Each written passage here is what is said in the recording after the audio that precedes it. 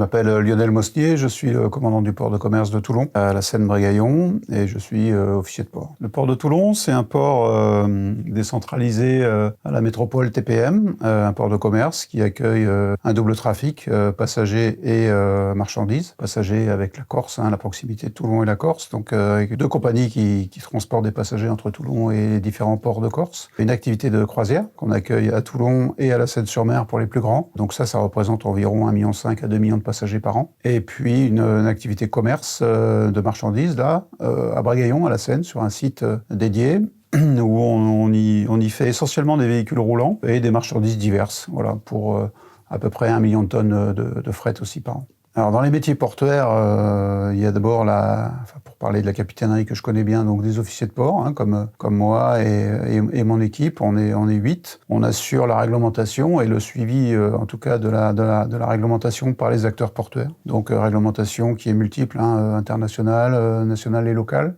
L'idée étant de vérifier que les opérations portuaires se passent en respectant ces textes-là, de manière à ne pas créer une situation dangereuse, que ce soit pour les navires, les infrastructures ou la population locale. Après, différents métiers, on comprend bien que le navire, il faut le faire venir, le faire accoster, le décharger ou le charger, et ensuite le faire repartir. Et tout ça participe à de nombreuses interventions de manutentionnaires, donc des dockers, des remorqueurs, des pilotes, des lamaneurs, des agents de la chambre de commerce pour accueillir et diriger les passagers, et puis différents services d'État qui ont besoin de connaître la nature des marchandises qui embarquent et débarquent de chez nous.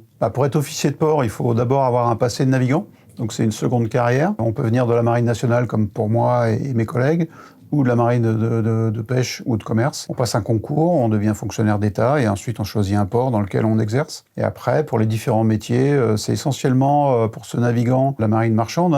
Les pilotes sont d'anciens marins marchands. Les dockers aussi, enfin les lamaneurs, les remorqueurs. Et ensuite, il y a toutes sortes de métiers sur un port qui font que une grande partie de gens peuvent venir travailler dans un port sans forcément de formation initiale maritime. Alors, il faut une grande adaptabilité. Il faut être capable de gérer le stress. Il faut une grande capacité à l'adaptation parce que le trafic ne s'arrête jamais. Il faut être capable de répondre à la demande. Et puis parfois dans l'urgence, la nuit, quand il fait pas beau. Enfin bref, il faut être capable de travailler en équipe. Et puis pas compter ses heures.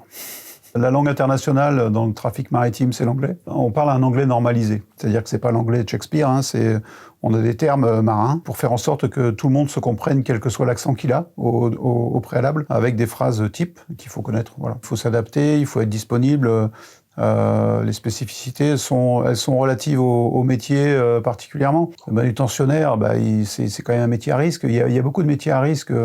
Le lamaneur, c'est pareil, les dangers sont nombreux sur un port de commerce. On est sur un lieu de stockage de marchandises en extérieur, donc il faut faire attention à ce qu'on fait et il faut faire attention aux autres aussi. L'avenir, je ne sais pas si le trafic maritime peut encore augmenter en volume, mais en tout cas aujourd'hui, 90% du trafic de marchandises se passe sur les mers, donc forcément ces bateaux-là arrivent dans des quais. Forcément, le besoin en termes d'emploi, il existera toujours. Après, les plus grands ports sont assez automatisés. C'est-à-dire qu'on voit beaucoup de terre-pleins où il n'y a pas d'humains quasiment. Ce sont des machines qui débarquent les bateaux et ensuite qui dispatchent les containers sur d'autres camions ou d'autres trains. Après, dans les ports plus petits, rien ne remplacera le facteur humain. Donc il y aura toujours des intervenants, ne serait-ce que dès lors qu'on reçoit du passager. Les passagers, on ne peut pas les guider sans humain, c'est pas possible. Ma profession, c'est pareil.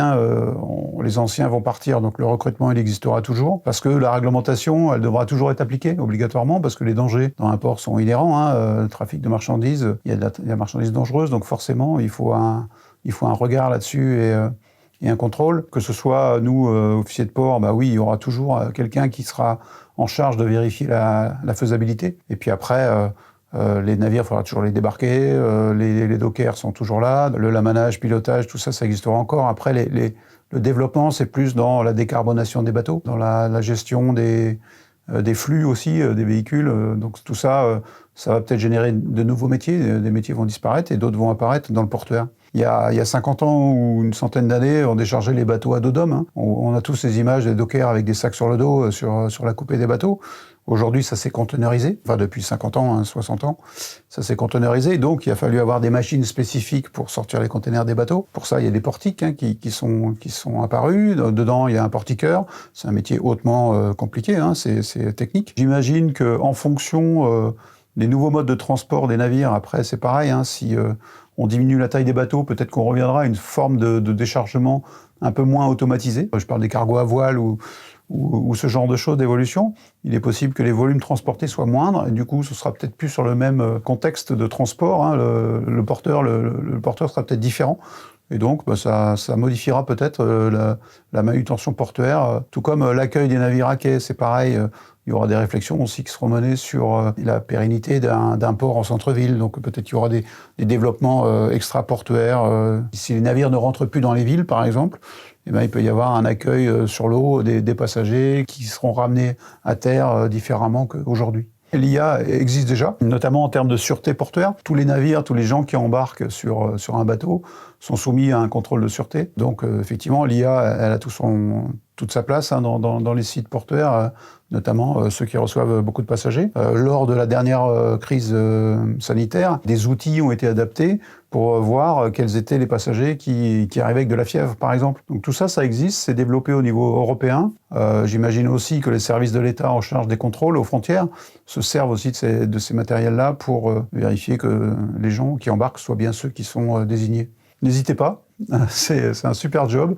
Alors le mien, il est top, mais il faut avoir un passé de marin avant, mais il y a plein d'autres métiers dans les ports qui sont ouverts à des gens non marins, mais qui ont toute leur place sur les ports de commerce et de plaisance. C'est un métier, si on aime la mer, si on aime le contact humain et gérer les problèmes, pour les résoudre justement, c'est un métier super, il ne faut pas hésiter à le faire.